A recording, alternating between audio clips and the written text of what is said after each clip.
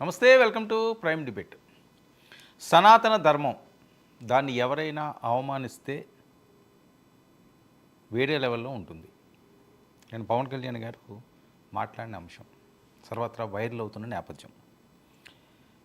హిందువుగా సనాతన ధర్మాన్ని ఆరాధిస్తాను, 11 సీట్లకు భగవంతుడు కుదించినా బుద్ధి రాలేదు అంటూ వైఎస్ఆర్సీపీని జగన్మోహన్ రెడ్డి గారిని డైరెక్ట్గా అటాక్ చేశారు డిప్యూటీ సీఎం పవన్ కళ్యాణ్ గారు దీక్షలో, తిరుపతి సభలో. అదేవిధంగా జగన్మోహన్ రెడ్డి గారు కూడా పవన్ కళ్యాణ్ గారిని ఈరోజు మాటలతో అటాక్ చేశారు. చాలా రోజుల తర్వాత పవన్ కళ్యాణ్ గారి ప్రస్తావన జగన్మోహన్ రెడ్డి గారు తీసుకురావడం. ఎన్నికల ముందు అయితే జగన్మోహన్ రెడ్డి గారు పవన్ కళ్యాణ్ టార్గెట్గా చాలా అంశాలు ఆయన ఎత్తారు, పర్సనల్గా కూడా ఆయన టచ్ చేశారు. ఏ జగన్ అంటూ ఈయన 3 పిల్లలు, 4వ పిల్లం, 5వ పిల్లం అనేది చెప్పి ఆయన మాట్లాడేది. సో అది చాలా కీలకంగా ఇప్పుడు మారుతుంది. ఇక సనాతన ధర్మం అంటే తెలుసా అన్నది ఈరోజు జగన్మోహన్ రెడ్డి గారు పవన్ కళ్యాణ్ గారిని ప్రశ్నిస్తున్న అంశం. ఆయన సనాతన ధర్మం మీద కట్టుబడి ఉండాలంటున్నారు. ఈయన అసలు నీకు ధర్మం అంటే తెలుసా అని మాట్లాడుతూనే శ్రీవారి విశిష్టతను దెబ్బతీయడంలో పవన్ భాగమయ్యాడు అన్నది. ఆయన దీక్ష చేశారు, మరి పాదయాత్ర చేసుకుంటా కొండెక్కారు అలిపిరి నుంచి. అందులో శ్రీవారి విశిష్టతలో దెబ్బతీయడంలో ఆయన భాగమయ్యాడు అని, దేవుడి విషయంలో తప్పును గుడ్డిగా సమర్థించడం సనాతన ధర్మమా అని చెప్పి ప్రశ్నించారు. జగన్మోహన్ రెడ్డి గారు వర్సెస్ పవన్ కళ్యాణ్ గారు మళ్ళీ అగ్గి రాజుకుంది. ఇక మరో అంశం, శ్రీవారి లడ్డుపై సుప్రీంకోర్టు కీలక నిర్ణయం, స్వతంత్ర దర్యాప్తు సంస్థ ఏర్పాటు చేస్తాం అని చెప్పడం, ఏర్పాటు చేయడం, దాన్ని కొంతమందిని వేయడం. అయితే ఇప్పుడు నటుడు ప్రకాష్ రాజ్ గారు మరో ట్వీట్ చేయడం జరిగింది సనాతన ధర్మం మీద. సనాతన ధర్మ రక్షణలో మీరుండండి, సమాజ రక్షణలో మేము ఉంటామని చెప్పి ఆయన చిత్తోక్తులు విస్తృత సెటైరికల్ ట్వీట్ చేశారని పెద్ద ఎత్తున వైరల్ అవుతుంది. జస్ట్ ఆస్టింగ్ అంటూ, జస్ట్ మీకు చెప్తున్నాను, జస్ట్ ఆస్కింగ్ అంటూ ప్రకాష్ రాజ్ గారి ట్వీటు. ఇవన్నీ కూడా ఏపీ రాజకీయాల్లో దుమారాన్ని రేపుతున్నాయి. ఇదే ఇష్యూపై నటి ప్రైమ్ డిబేట్ కొనసాగిద్దాం. మనతో పాటుగా చర్చలో పాల్గొంటున్నారు కనకరావు గారు, వైసీపీ అధికార ప్రతినిధి, మనతో పాటుగా లైవ్లోకి అందుబాటులోకి వచ్చారు. అలాగే వివేక్ బాబు, జనసేన అధికార ప్రతినిధి కూడా మనతో పాటుగా లైవ్లో జాయిన్ అయ్యారు. చింతా రాజశేఖర్ గారు, రాజకీయ విశ్లేషకులు కూడా మనతో పాటుగా లైవ్లోకి అందుబాటులోకి వచ్చారు. అజయ్ సజ్జా గారు, టీడీపీ అధికార ప్రతినిధి కూడా మనతో పాటుగా లైవ్లో జాయిన్ అయ్యారు. ముందుగా వైసీపీ వెర్షన్ తీసుకుందాం. కనకరావు గారు నమస్కారం అండి సార్, వినిపిస్తుందా? మీ వాయిస్ మ్యూట్లో ఉన్నట్టున్నది. వినిపిస్తుందండి. మీ వాయిస్ మ్యూట్లో ఉందండి. Hello, okay. కనకరావు గారు సార్, గుడ్ ఈవినింగ్ అండి. ఏంటి మళ్ళీ పవన్ కళ్యాణ్ గారిని టార్గెట్ చేస్తున్నారా జగన్మోహన్ రెడ్డి గారు? సనాతన ధర్మం అంటే పవన్కు తెలుసా?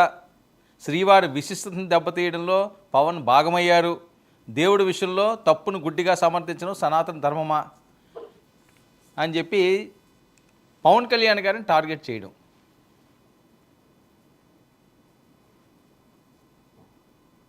చెప్పండి సార్, మాట్లాడండి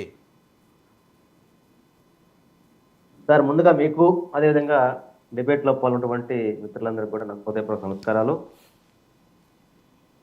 ఏదైతే తిరుమల తిరుపతి దేవస్థానం విషయంలో, కల్తీ నెయ్యి విషయంలో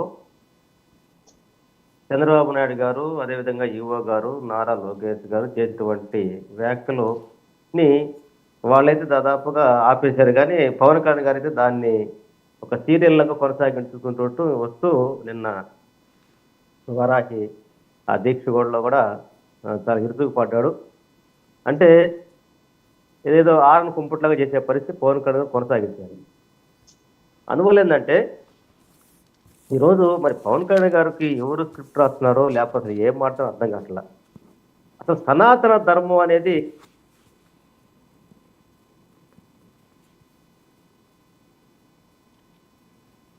రైట్. ఓకే, వివేక్ బాబు,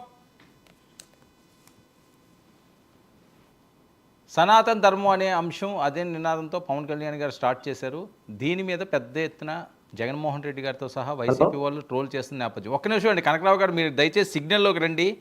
ఎందుకంటే మీ వాయిస్ ఇంపార్టెంట్ కాబట్టి మీరు సిగ్నల్ ఫ్రీజ్ అవుతున్నదండి, మీ ఆడియో ఫ్రీజ్ అవుతుంది. సరే, మాట్లాడండి, కంటిన్యూ చేయండి. హలో, మీ సిగ్నల్ చూసుకోండి, మాట్లాడండి. వినిపిస్తుందండి? మాట్లాడండి. వినిపిస్తుందా? మాట్లాడండి. ఓకే.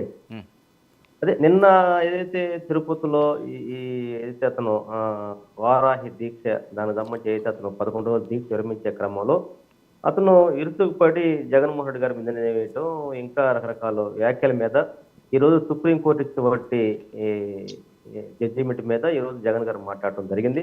అంటే ఇక్కడ పవన్ కళ్యాణ్ గారిని మేమంటే వ్యక్తిగతంగా ఇది కానీ అసలు ఎందుకో సనాతన ధర్మం మొత్తాన్ని అసలు ఈయనే ఒంటికి పూస్తున్నట్టుగా అది ఈయనే దానికోసం ఒక హిందువుకి నిజమైనటువంటి సంరక్షకుడుగా హిందూ మతాన్ని రక్షించే దాంట్లో సనాతన సంరక్షకుడుగా ఈరోజు అతని మాటలు చూస్తామంటే సమాజం మొత్తం కూడా ఏంటి ఇతను పిచ్చి పెట్టిపోయే అర్థం కట్ట అసలు ఎందుకు ఎట్లా మాట్లాడు ఏందో అతనే గతంలో నేను క్రిస్టియన్ అన్నాడు, మా కూతురు క్రిస్టియన్ అన్నాడు, నాకు కులాల సంబంధం లేదు అన్నాడు, ఒకరోజు చేగువేర్ అన్నాడు, ఒకరోజు భగత్ సింగ్ అన్నాడు, ఒకరోజు అంబేద్కర్ అన్నాడు. అవి ఎన్ని చూస్తా ఉంటే అతను అతను ఏదైతే ఈ 11 సంవత్సరాల జర్నీలో ఎక్కడ మాట మీద నిలబడేటువంటి మనిషి కాదనేది అర్థమైపోయింది. అసలు సనాతన ధర్మం అంటే నాకు అర్థం కాలేదండి.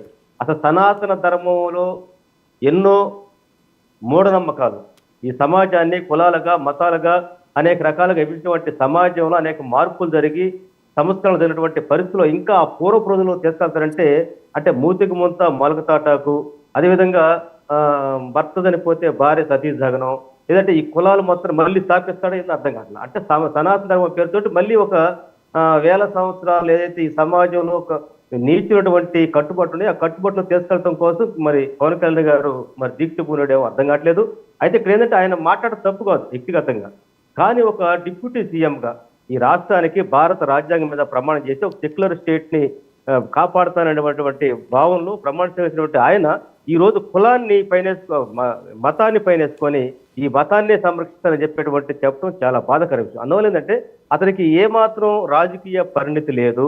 అదేవిధంగా అతనికి అసలు ఎందుకంటే ఈ రోజు 164 సీట్లు ఎన్డీఏ కూటమికి వచ్చి ఒక మంచి పరిపాలన చేయమని చెప్పేసి అందుట్లో మరి ఆ కూటమిలో డిప్యూటీ సీఎం గా ఆయనకి ఒక సముచిత స్థానం ఎక్కడా కూడా ఇప్పటివరకు చరిత్రలో ముఖ్యమంత్రి పుట్టబెట్టిన దాఖలు ఎవరికి లేదు డిప్యూటీ సీఎం. అంత పెద్ద ప్రియారిటీ ఇచ్చినాక ఈ పరిపాలన గురించి చేయకుండా ఎందుకో మరి ఎంత పెద్ద గుడ్డలు చేసుకొని అసలు సనాతన ధర్మాన్ని అసలు ఇతనే ఇది చేస్తున్నట్టు మరి అసలు పిచ్చి పట్టింది నాకు అర్థం కావట్లేదండి. అందువల్ల ఏంటంటే అతను సనాతన ధర్మం ముందు విశ్లేషించాము అసలు ఎందుకు అసలు సనాతన ధర్మం ఏంటో చెప్పమని ముందు సమాజానికి ఇదిగో ఈ సనాతన ధర్మంలో ఇవి ఉంటే దాన్ని కాపాడుకుని వచ్చిందని చెప్పడం తప్పులేదు. ఓకే 11 సీట్లకు 11 కాదండి 11 సీట్లకు భగవంతుడు మిమ్మల్ని కుదించినా బుద్ధి రాలేదు అని ఆయన కామెంట్స్. ఏమండి 3 పార్టీలు కలిస్తే గెలిచారు వీళ్ళు. అదే 2019లో చూశారుగా, 2014 ఏదైతే ముగ్గురు కలిశారు అధికారం వచ్చింది. అదేవిధంగా 2010 విడిపోయారు అధికారం ఎవరికి అసలు. అదేవిధంగా ఇప్పుడు 2024 రిపీట్ అయింది. అంటే వీళ్ళు ఎవరు సింగిల్ గా పోటీ చేసి ఎవరు గెలిచే పరిస్థితి. ఎందుకు పవన్ కళ్యాణ్ గారు చూసాం కదా 2 ఎలక్షన్లు ఆయన చూసాం కదా.